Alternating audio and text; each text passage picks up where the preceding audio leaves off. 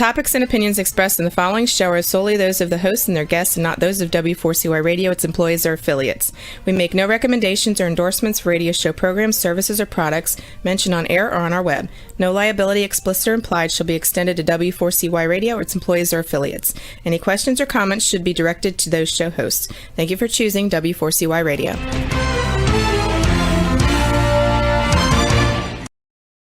Welcome back, everyone, to the Geeks, Geezers, and Googlization Show, the home of Googlization Nation, where we talk with HR and business thought leaders about the crazy shift going on in the world of business, technology, and HR. Here's your host, Ira Wolfe.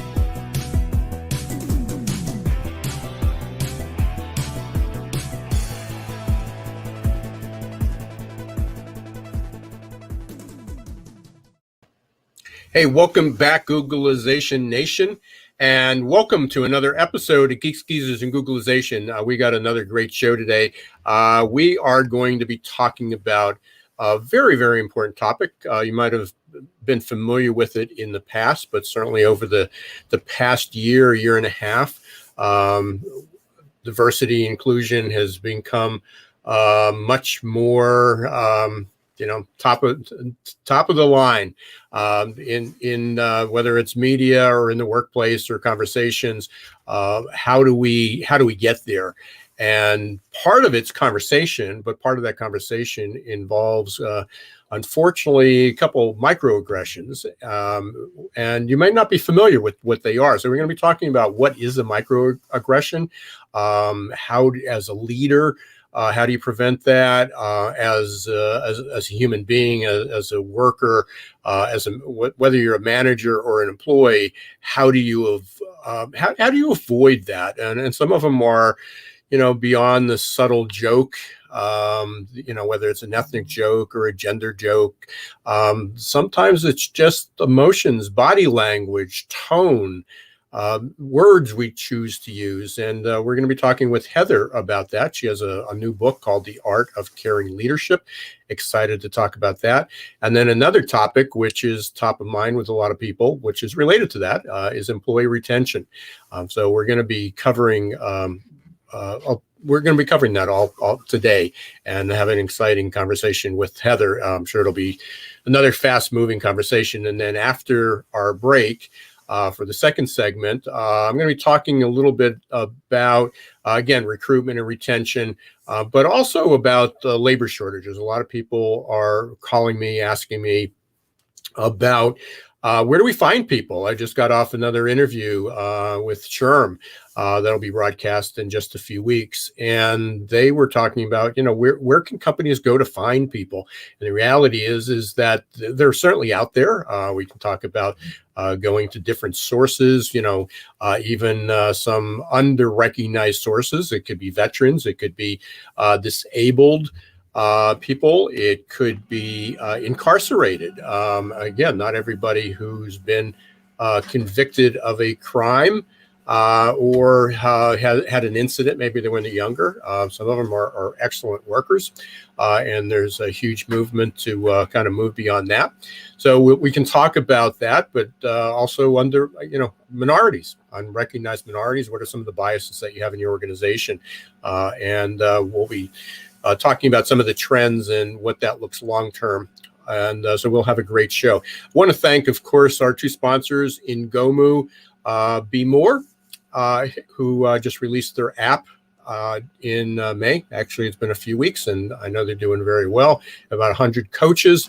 Go up and check out the Ngomu app, and then, of course, Success Performance Solutions. We'll hear more from them at the commercial break. One other thing, I mentioned the SHRM interview I did. That'll actually be a broadcast 2 p.m. on July 13th. That's a Tuesday, 2 p.m., July 13th. And that's at TuneIn. It's called TuneIn Tuesdays. So you can go to tuneintuesdays.shrm.org. If you're a member of SHRM, you'll be able to log in and view. This is, I think, the 13th show, 12th or 13th show. So you can view some of the archives, but we will be doing the one on July 13th at 2 p.m. at tuneintuesdays.shrm.org. Without any further delay, I'd like to bring in this week's guest, Heather Younger. As I mentioned, Heather has a new book, The Art of Caring Leadership. So excited to have you here. And you just got back from a break, right? I did, yeah. A much needed vacation. I'm just still trying to get out of that mode. Don't get out of it. I don't know. But it was good. It was very good. Yeah, excellent. So I appreciate you being here. So let's talk about, obviously I always say I throw myself under the bus. I'm an older white guy, and we've sort of been taking the brunt of a number of things. And, I've certainly had privileges that there's certain areas of discrimination that I've had. I'm shorter, I'm bald or growing bald. So there's always things that people can make jokes at, whether they're ethnic jokes or but last year sort of had this huge awareness for a lot of people. And it was sort of the breaking point.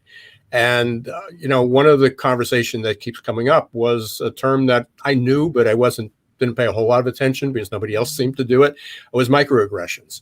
And then it becomes, how do we avoid walking on eggshells all the time? Because we got to be careful what we say, what we do. And now we got to be careful of our body language.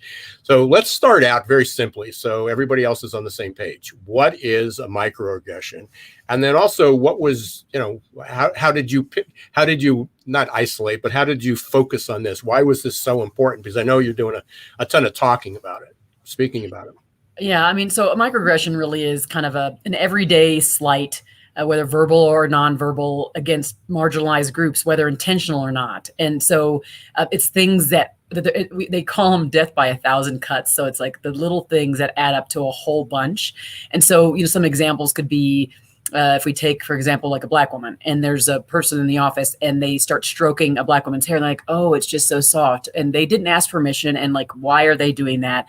Or it could be it's kind of the same, an African-American gentleman, and someone does and he does a presentation, he does really well. And they say, wow, you are really articulate. As if a person who's African-American can't be articulate. There are so many of these examples that are little by little by little, again, the death by 1,000 cuts, that over time add up to a lot of pain in the workplace for those who show up, who look physically maybe different. It could be those with disabilities, it could be women. I mean, it is big, it's broad, and it includes a lot of people. So I think the key is, you talked about, how do we not walk on eggshells? I think the biggest thing is, we're not going to be perfect, because there's a lot of ways we hurt people that we're unaware. And so I think we need to be more aware, socially aware of what's happening with other people. So paying attention real closely to our interactions that we have with other people, and how their body language or their energy changes after or while we're having an interaction with them. If we are having an interaction with someone and we see like their eyes do something weird, or their body, they change, or they step back, or whatever that might be, then we can say, oh, did I do something that was offensive just now? Or did I do something that was wrong? Did I say something wrong? Because I want to make sure I correct my ways. But I don't know everything. I personally, Heather, who talks about this stuff and trains about this stuff, don't know everything. And there are going to be times where I do something that is offensive, but I think I'm like doing it from the heart. Here's an example. The idea of like, when you see someone maybe has a physical disability, and you immediately go to open the door, you immediately go to help them push their the wheelchair, or whatever that might be. You're thinking that you're going from the heart, but in the end, for that person, it's uncomfortable and it's a microaggression. Okay, so these are the things where you're just thinking we're being kind citizens, but these are the things that we learn, and I learned this too. So just know that this is not about perfection. It's about being hype. It's about being aware about your environment and how you leave people feeling with your interactions. I mean, what you just described is just, it's the strongest case for emotional intelligence. It is. It's a matter of not only understanding yourself, are you overreacting? One is, are you aware of it? And then are you overreacting? But how do you recognize that in other people? And this isn't about emotional intelligence, but I know there's a lot of people out there that kind of poo-poo it and push it away, but it crosses over so many other disciplines and so much we're talking about. So as you concisely put that, it was like, oh, wow, you just described emotional intelligence. I did. And I'm certified in emotional intelligence. So I described it that way purposely, because that's exactly what it is. So I think microaggressions, and our ability to kind of stay away from them or recoup, like, the relationship after it has like 95% to do with emotional intelligence. So yes, you're right. So back to back to sometimes it's just awareness. So other than asking somebody, I can think, I think that's a great example, because I wouldn't have thought of that.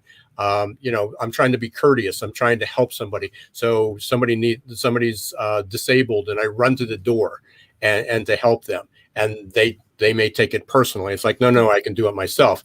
It may be as simple as, do you need some help? And obviously some people are going to be offended by that, or how might I help you?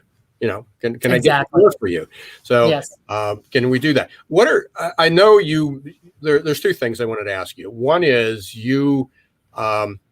somewhere I read this or I heard this in one of your talks or something. Oh, by the way, congratulations on for the TED Talk. Oh, thank you. Thank you. I wanted to have a second one. I wanted to do my second one on the topic that I actually live every day. The first one was on overcoming adversity, and it was something I just needed to get out there in the world. And so I've been talking a lot about resilience as a result of that. But the work I do every day is on this idea of caring leadership. And so I needed to be able to put something out there that was related to that. I did mine a few years ago on change, and it's like, when I do another one, it's going to be on a specific, yes, the first one on that idea. But congratulations. I know Thank you. It's a huge achievement. Thank you. And if you haven't done a TED Talk, it looks easy. I mean, you go up there and you talk hey, how hard is it for a speaker who speaks all the time to go out and do 10 minutes, 12 minutes, 15 minutes? It's really a very humbling role. So I have the utmost respect for people who have done it, and especially those that make it look easy. It's an incredible task. But you had somewhere along the lines, I heard this. You had a personal experience. This means microaggressions are, I guess, have a deep spot, have a meaningful spot in your life. There was something you mentioned personally, how you were affected by microaggressions. Did I hear that somewhere? Well, I think in the end, yes, I've had little ones here and there kind of throughout my life because I look the way I do. So it's just going to be by virtue of the way I present myself, I am going to have that. My background, that first TED Talk that really broached the topic of my mom is white and Jewish, my dad is Black and Christian, and my own family wasn't happy about that union. And so I was literally the black sheep of my own family. And I was never invited to weddings or bar mitzvahs. I never was allowed. In fact, I didn't go to my first bar mitzvah. It was another gentleman that was a team member of mine when I was in my early, maybe late 30s, early 40s, who invited me to my very first one. He had no clue I'd never gone because he assumed it because of my family background. So I was an outsider. My pictures didn't hang on walls and on the walls of my grandmother's house. It was just my other cousins did, but not mine. I was not to be seen out in the public space with that family. Let's just put it that way. So for me, it does help me. My lens, my frame of reference, it helps me in a positive way. I'm not narrow-minded because of my background. They were narrow-minded. I am not. I made that choice. And I think with all of this, when we look at microaggressions, we look at how we treat people. It is about how we intend to show up, how we intend to make people feel. The intentionality of it is huge. And also saying and owning when I mess up, because I too will mess up. And how do we say, I own that. I made a mistake. I am so sorry that I made you feel that way. And I am going to try to make good on this. I'm going to try to do the best I can. And I'll go to you when I have questions of maybe should I go this route or that route? I don't want to fatigue you. Because I'm saying this to, if you're talking to a person of color, you're talking to someone who's disabled, you want to make sure that you don't fatigue them with asking too many questions. Sometimes you just got to go do your own research too, right? So to understand this topic more deeply, but you're not going to get it right 100% of the time, and that's okay. Yeah, and I think it goes back to just catching yourself. So I know some of the examples, and again, I don't remember if I heard this from you or from somebody else. It's a woman who clutches their purse when somebody young may walk in, or somebody of color walks in. How many times have we walked down the street and there's maybe two black gentlemen or two young kids walking down? Do you clench? Do you move out of the way? What do you do? And it may be unintentional. I mean, on one regard, it may be the safe thing to do, but we judge everybody the same way. And so there's all these incidental, all these things we're unaware.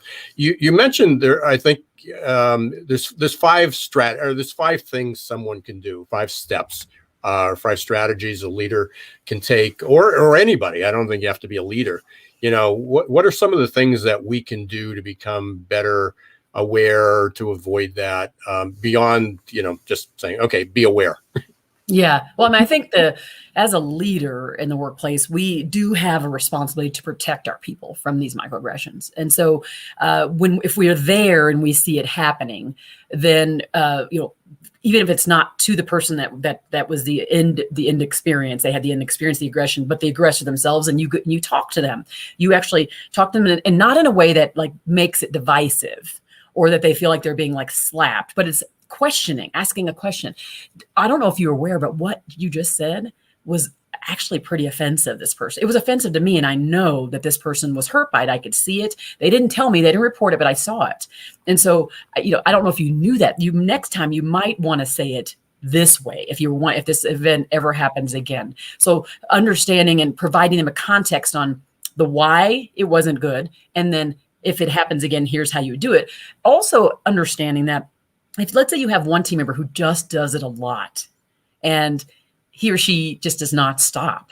The issue here is that if you do enough of these in the environment, let's say to one person, it can get to the level of discrimination. Like you could end up seeing a case come up, some litigation happen. So it's so important. We do it to do the right thing, but we also do it because we have to protect our organization as well. Right. Understanding that these things can add up to a whole bunch and cause other things to happen, ripple effects to happen. The other thing is sometimes the person who is on the end experience of the microaggression doesn't want to talk about it or doesn't want to make a big deal about it because they know people might see them like as someone who's like a victim and they don't want to be victimized. They don't want to do that. Or sometimes you'll have the person who's the aggressor will say, "Oh, you're so sensitive, get over it," like that kind of thing. And I think, again, as the leader, if you're seeing it or if the person comes to you with this report, you don't want to get, take on too much of the emotion of it. You want to try to remain objective. You want to be empathetic, and you want to express compassionate action. And that would be, again, maybe either having a meeting joint with the 3 of them or going to the person who's the aggressor to begin with and just making sure that you have them understand why what they did was wrong and how it impacted the team member. They may not be aware. In lots of cases, they're not. They'll probably be horrified that they did that and that they hurt their team member. Making them aware and then helping them through, like, how would this look if you did this again? How should you say this or how should you do this again? And then also making sure that you follow back up with that team member who was the victim of that and say, just so you know, I spoke with so-and-so. I let him know why it wasn't right, or I let her know why it wasn't right, and exactly maybe how they can do this, differently next time. And I want you to know that I did that because I saw it. And even though you didn't report it to me, I did see it. And I felt like at least, I should address it. Or you did report it to me and I want you to know what it is I did about it on your behalf. So this is probably going to be a tough one, but I'm sure you faced it. What happens when it's the leader who's doing the microaggressing? Well, I would hope in that case that it would be, they would immediately go to HR. They have an internal resource where they can report, these things that are happening. It's going to be hard. If that leader built up some level of trust aside from this. So there was some level of trust that they built up with the team members, people on their team. Then the team members should feel comfortable going up and just saying, "I'm not sure if you Stan, I'm not sure if you know this, but when you keep saying this one thing, it's actually really hurtful." And here's the same type of thing, coaching them through it. So if you felt like you wanted to, if you were trying to get to this, here's how you can say it next time so it won't be so offensive to me and to people who look like me that are, by the way, they're not saying anything to you, but I felt like I needed to report it to you. If you don't have that trust foundation, which unfortunately happens a lot at work, right? Then you're going to have to, if it happens and it becomes a pattern, you're going to have to go to HR. And then I'm sure they're going to open up an investigation, which most people don't want. Most people don't want to be victims. Most people don't want to, put a target on their back. They don't want to make their coworkers get in trouble. So that culture stays not great. But if that leader creates an environment where their team members are able to speak the truth in a way that's the truth that is not always like butterflies and chirping things, right? It actually means they can actually they can speak it up, and it might be counter to what's popular. And it's up to the leader to create that environment for that, to allow it to be okay to speak that stuff, speak the truth. And then, of course, how that leader responds to that truth telling makes all the difference. one of the benefits of 2020, and obviously there's a lot of strategy. There was a lot of strategy, but there's also a lot of tragedy in 2020. And people are still reeling. We haven't figured it out. I keep using this phrase: is the post-pandemic era has taken off. We're all flying it. We haven't figured out how to stay in the air, and we haven't figured out how to land the plane yet. And it will be a while. But we literally ripped the Band-Aid off last year of a lot of topics that we struggled with for years and years and years about diversity and inclusion, including topics like microaggression. So there's an opportunity even for people who may have been the source, the cause of this. They might have been the aggressors because it was just a joke. I really didn't mean it. People are too sensitive, as you said, and go through that. And so I think there's a much higher level of awareness. And the other thing is, one of the benefits of Zoom last year, although I know people are fatigued and everybody wants to go out, there was a much higher level of transparency and authenticity that it created, because all of a sudden the leader who used to say, listen, when you're here, you can't work from home. You need to be attentive. You need to be in place. I need to see what you're doing. All of a sudden they understood what it was like to have 3 kids at home and a dog and a sick parent. And you saw inside their homes, they experienced the interruptions. They saw what it was to juggle all those tasks. And so a lot of people, there was a lot of growth last year. Yeah. So a lot of, and that, people for a while, well, I still get interviewed, say, what would you like to see? What good came out of the pandemic, or what would you like to see that doesn't go away, that doesn't go back to normal? And it was like the authenticity and the transparency. Yes. Yeah. I'd say the same thing. I keep telling people, like, all that we saw and learned on Zoom and Teams and the background that we see with, kids running around, dogs running around, all kinds of things happening is data. And we should receive it as qualitative feedback. It's data. And when we use that data, to inform us after we come back to hybrid or fully, in-person return to work, we're going to see our relationships continue to go deeper, versus if we let go of all we learned and we don't use that data for our future relationships, then we're going to see distance. The distance that's there is going to be, there's going to be a lack of transparency. There's going to be a lack of truth telling. We'll know less, and people are going to start to leave, and we won't know why, because we haven't paid attention. They're already leaving. That's the big, Yeah. That's are pretty scary. Microsoft just came out with a study. 40% of employees said they're looking, they're ready to leave in a year. I've heard higher. The lowest I've heard is about 25% of that transition that individuals are ready to leave. And so there's definitely there's an opportunity to keep people, to help people. And this is one part of it. I mean, people just don't have to go back, and they've been away, and the first thing they go back, somebody makes a smart ass remark as a joke, and and then it's over. It's like, oh, I don't need this crap anymore, and I'm out of here. Yeah. And then it's really, really hard to find people that especially if it's a good employee, that finding a replacement is not easy. I mean, people are in panic mode for good reason. Because they didn't listen. Before we're kind of coming up toward the end, but I know you talk a lot about you've been talking a lot about resilience, especially through that and employee retention. What are you seeing out there? I mean, what on the side? What are some of your clients, or what are companies doing of helping people make that adjustment? Creating that safer space and building that resilience. Yeah. I mean, those that are doing it well, are using a foundation of listening they're listening. They're doing listening sessions. They're doing surveys. They're doing what I call the cycle of listening, where they're closing the loop on what they've heard. They're creating culture teams, and they're letting that feedback drive their strategy. And those are the ones that are doing it well. I think those who aren't doing it well are doing the opposite. And so they're not listening, and they're making assumptions about what their people need. Those are probably the ones where those numbers of folks that are looking to leave are higher. Because, for example, many of the organizations through the pandemic were telling their people, oh, we're doing well. Our financials are great. You guys are doing well with your productivity, even with your being home. And then when they now realize they have this entire footprint of real estate that they got to put people back into, now they're like, okay, but we need you to come back. You're coming back. And they're like, wait a second, you told me everything was good when I was at home.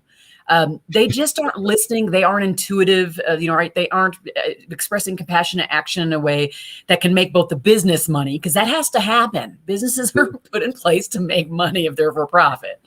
So it's got to happen, but you can do it with care. And so you got to make sure you're listening and using what you hear to drive your culture forward. As you were talking there, I'm sort of laughing because I just got asked this question, and they said, "Well, how do we know?" I mean, they're looking at surveys and they're citing all these surveys of what should we do going back to hybrid work. How do we know what would be best? And it's simple. Ask your people. Just ask. What do they want? How is it working? What can we do to make it better? How do we create a better value?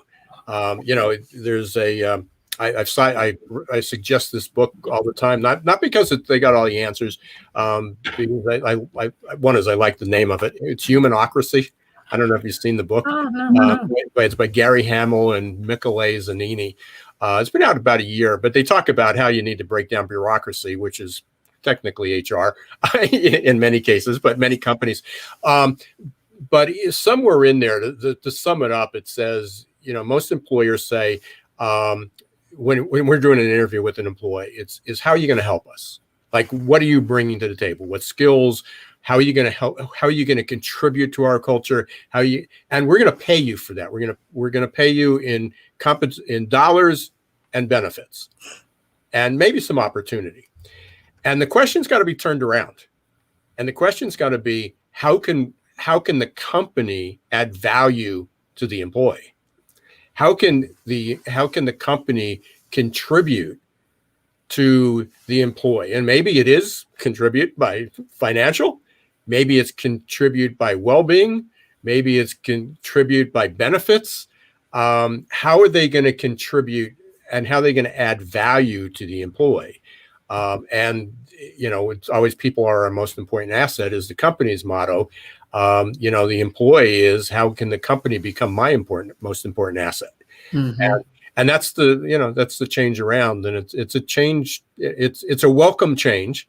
But it's a big ship. it's not going to turn quickly. That's for sure. It's not. It is not. These cycles, these culture changes, you're just not overnight. You got to looking at it like 3 to 5 years out to see what the impacts are. You got to be tracking it. You got to be measuring it. It's important. And 3 to 5 years in this world is an eternity. Yes, it really is. Yes, yeah, it can't be put off for 3 to 5 years and wait. No, I'm saying you have to be looking at it. You can't expect change to take 3 months. Like, you have, if you're looking for a major culture change and you're wanting to see how it moves the needle, some things are low hanging fruit and you'll see it pretty quickly. But there are a lot of things you're gonna see it in year 2. You know what I mean by that. So just knowing that you have to have some patience with it. You gotta have the ability to stick to it. Well, we talk about, I talk about change all the time. We talk about we've moved from a complicated world to a complex world. And the problem, complicated world means that there's solvable problems, and we can find solutions the smarter we are with data.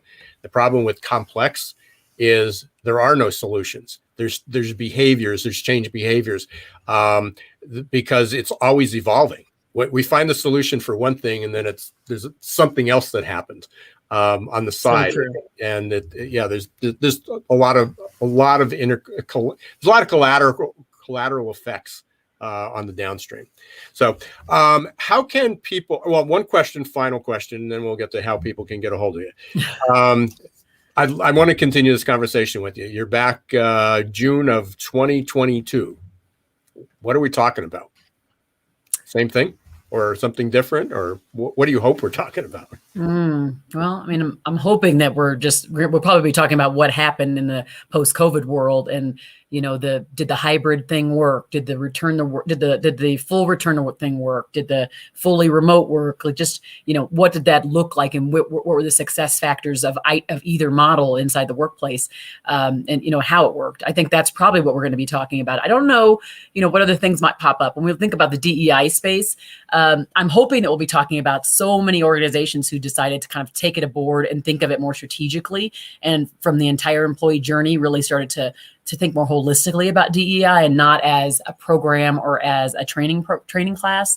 So I'm hoping those will be some of the things we talk about. Excellent. I hope so. I hope we are talking about next steps and not how do we dig ourselves out of another hole. Exactly. Heather, how can people get a hold of you, and where can they get your book? I would say the best place is to go to the artofcaringleadership.com. That's the website. And you can also find me on LinkedIn, and just put in Heather Younger and you'll find me. Those are probably the two places to find me. And there's a lot of content out there. So there's just a lot to take in. And your company is the Employee Fanatix. And yes. I think you've got the website there, so you can get to all these things from there as well. Correct? Yes, absolutely. Yes, you can. Well, I know you're speaking the conferences again. Hopefully people may be able to catch you out there. If not, hopefully they'll go up and catch your book, and I know connect with you on LinkedIn as well. I'd love that. That'd be awesome. Yeah. Stay safe. Thanks very much, Heather, for all you do. Appreciate the conversation, and hopefully we'll be in touch again soon. Thanks, Ira. I appreciate you. Thanks. Take care. All right. Bye. Wow. So many more questions I had for Heather, and I'm sure we'll get her back there. If you've experienced any microaggressions, if you are experiencing those, if you've made some changes at work, it's a challenge. Please let us know. Continue the conversation on LinkedIn with me. Send me an email. Reach out to me on Googlization Nation. And we'll continue that. This won't be the last we hear of this, but I highly recommend going up and pick up Heather's book at Art of Caring Leadership, and also check out her website at Employee Fanatix, and also artofcaringleadership.com, and or reach out to her on LinkedIn. We're going to be back in just a minute. We are going to hear from our two sponsors, Ngomu and Success Performance Solutions. When we come back, we're going to talk a bit more about retention and recruitment, with some of the trends that we're seeing, answer some of the questions that I'm asked on a regular basis, and we'll go from there. So stay tuned. We'll be right back in about 2 minutes. Hiring top talent shouldn't be left up to the roll of the dice. And yet, that's exactly what many organizations do. They roll the dice, cross their fingers, and pray for a better outcome. Hiring the right employees the first time is much too important and way too costly to leave to a game of chance. Your employees and your customers deserve better. For 25 years, Success Performance Solution has been helping small and medium-sized businesses hire smarter. They offer pre-employment and leadership assessments from typing and data entry to C-suite competence. Whether it's production, sales, healthcare, call centers, or management, Success Performance Solutions can help. Visit their website at www.successperformancesolutions.com to schedule a free demo, or call 800-803-4303. Imagine growing great employees and advancing emerging leaders for less than $1 a day. The Ngomu app will support your employees in a myriad of ways, from career and personal development to health and wellness. No need to schedule and hold trainings. Just have them access over 90 coaches for live virtual group and one-on-one coaching for whatever topic they need or want to work on. Anytime, anywhere. Learn more at ngomu.com today. Hey, welcome back, everyone, to Geeks, Geezers, and Googlization. Thank you for being part of Googlization Nation. If you're not subscribed to our newsletter and community yet, please do so. You can go to Googlizationnation.com. It's free. All we need is your first name and an email address, and we will send out periodic newsletters and updates and news about webinars that are coming up. We've got a few. Hold the date for July 20th. We'll be holding another webinar on adaptability quotient. We also have a few live or replays that are available. One is on YAQ, one is on recruitment marketing that's available for that. You'll get notices about our upcoming podcasts and previous ones, and also articles. I'm interviewed fairly regularly. In fact, today I did 3, but on a pretty regular basis doing on the subject, and we're doing podcasts and TV media, and so you can go up and watch those replays as well. But one of the most common questions that we get, or that I get, is where can we find people? In fact, one of the interviewers today asked the question of what what sentiment, what reaction am I getting from employers? And I believe I might have said this earlier, but it's panic. In a word, it's panic. People are really struggling because the quits rate is the highest all-time high number of people that are quitting. And it's anticipated that as more and more people do enter the workforce, and there's more job opportunities and there's more growth, every day there are more companies that are announcing expansions, that gives people even more opportunity where to select from. That the quit rate will continue to grow and maybe accelerate. But just a couple things here. Another question was, which is more important, chicken or the egg? Do you start with retention or you start with recruitment? And I'd highly recommend, one, it's both. If you have open positions, you need to become better at recruiting. And if you have existing people, you can't afford to lose them, because every time you lose them, it becomes even more difficult to recruit. And so going back to my Perfect Labor Storm days, my first few books, almost 20 years ago, hard to believe, I talked about the Perfect Labor Storm in 1999, published my first Perfect Labor Storm book in 2004. And I would just collect all these stats and all these trends about things. And so I put them together in a book and published them. And so I started doing that again. And just in the last 2 days, it's Wednesday, so just since Monday, I started. These are ones I've collected since then.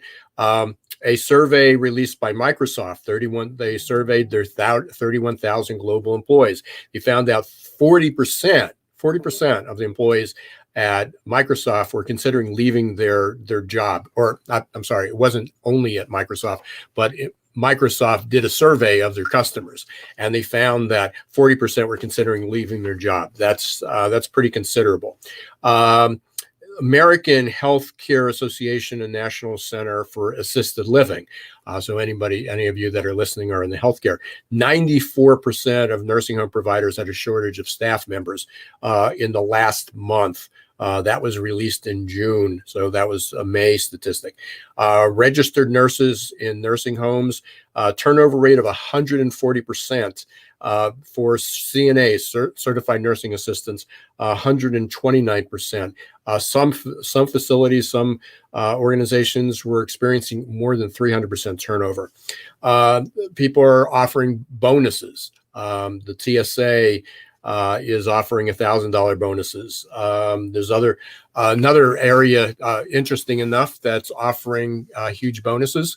Or bonuses that never did before, is in hospitality. Line cooks. I've heard of bonuses as high as $2,500 for a line cook. Wages between $15 and $20 an hour for a line cook. Don't need a degree. Certainly for that, don't need a lot of it. You need a minimum amount of education. You obviously have to have some skills, and you have to have some human skills. You have to be dependable, reliable. You have to be safe. You have to be able to communicate. You have to be able to deal with the stress of the job, keep up with the pace, especially in some organizations. I mentioned the quits rates is at an all-time high. Gallup just released their annual engagement. And it dipped. Employee engagement globally has dipped to 20%. Over the years, it's been about famously, people have quoted this over and over again, but it's been averaging around 30%. Last year, obviously, it took a dip on a global basis as well, down from kind of in the mid 20s down to 20%. And part of it is people are working from home and through all the struggles, but it's been historically low. It's not that it dipped from 50 or 60% engagement down to 20. It marginally went down. So when people talk about going back to normal and creating that culture, cultures, when at their peak, employee engagement was 30, maybe 35%, and then 2/3 or more of the workforce was disengaged. We weren't doing too good before the pandemic. So the pandemic didn't cause it. It made it more challenging. Remarkably, some organizations have, during that year, their engagement went up. Maybe they were more sensitive. They were having more conversations, as we talked about with Heather in the first segment. Heather Younger, as we were talking about, good things that happened, being more transparent, more authentic, more caring. Leaders took a different look and maybe they paid more attention to their employees during the pandemic, and those companies did pretty well. So employee engagement, and recruitment, it's going to be challenging for the next 10 years. Last Friday, I did our monthly conversation with Ed Gordon from Imperial Corporation Consulting Corporation. Ed's been doing this he's been studying labor economics for 50 years. He publishes the Gordon Report. He's had 20 some books that have been published on some of these trends. And just like the perfect labor storm, he's predicted what happened now. This isn't a shock. We knew this was coming, and finally employers have woken up to that. But the projections for 2030, for anybody thinks that this is a blip, that this is going to go away, you're in for a big surprise. So, Roxy, if you can put up that slide I have, there it is, and keep that up just for a few minutes there. On the right side, it's anticipated that there will be 100 out of the 170 million jobs that will be available by 2030. So we're going to experience some job growth, but the most significant percentage of those jobs is going to be skilled jobs. And it's anticipated that there's going to be about 128 million skilled jobs or jobs that required skilled workers in the next 10 years. It's currently about 110 million of those jobs. So there's going to be an increase, and the level of skills, expertise that's required is going to continue to increase. The challenge is that there's 100 million people that are currently doing mid or low skilled jobs, and it's going to require a lot of retraining, reskilling, upskilling to get people on board.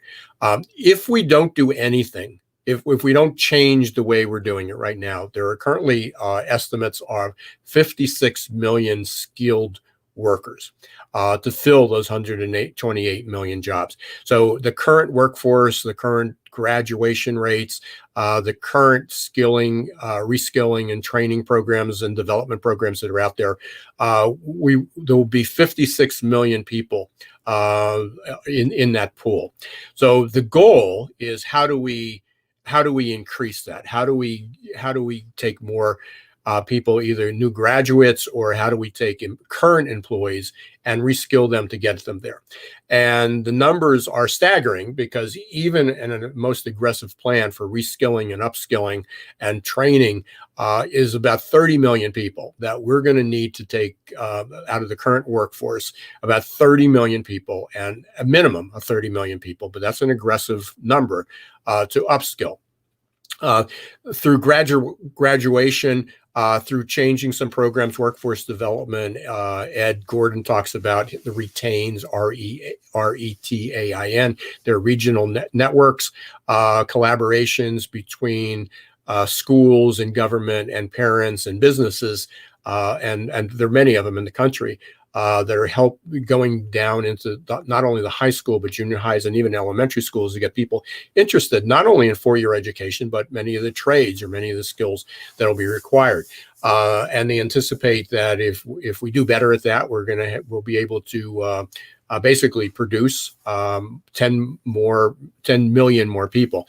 But if you can do some quick math there, 56, 30, and 10, that means 96 million people by 2030.